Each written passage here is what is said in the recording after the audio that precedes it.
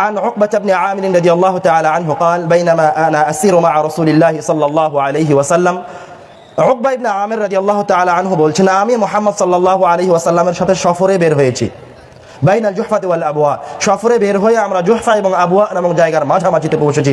ইযা গাশিয়াতনা রিহুন ওয়া যুলমাতুন শাদীদা, এমন তো অবস্থায় কঠিন ঝড় শুরু হলো, চতুর্দিকে অন্ধকার হয়ে গেল। ফাজআল রাসূলুল্লাহ সাল্লাল্লাহু আলাইহি ওয়াসাল্লাম ইয়াতাআউযু বিআউযু বিরাব্বিল ফালাক ওয়া আউযু বিরাব্বিন নাস, এই রকম ভয়ঙ্কর পরিস্থিতি থেকে বাঁচার জন্য, নিজের জীবনটাকে বাঁচার জন্য, বেঁচে থাকার জন্য মুহাম্মদ সাল্লাল্লাহু আলাইহি ওয়াসাল্লাম আল্লাহ রাব্বুল আলামিনের কাছে সূরা নাস আর সূরা ফালাক পড়ে আশ্রয় চাইতে লাগলেন এই ঝড়ের কবল থেকে।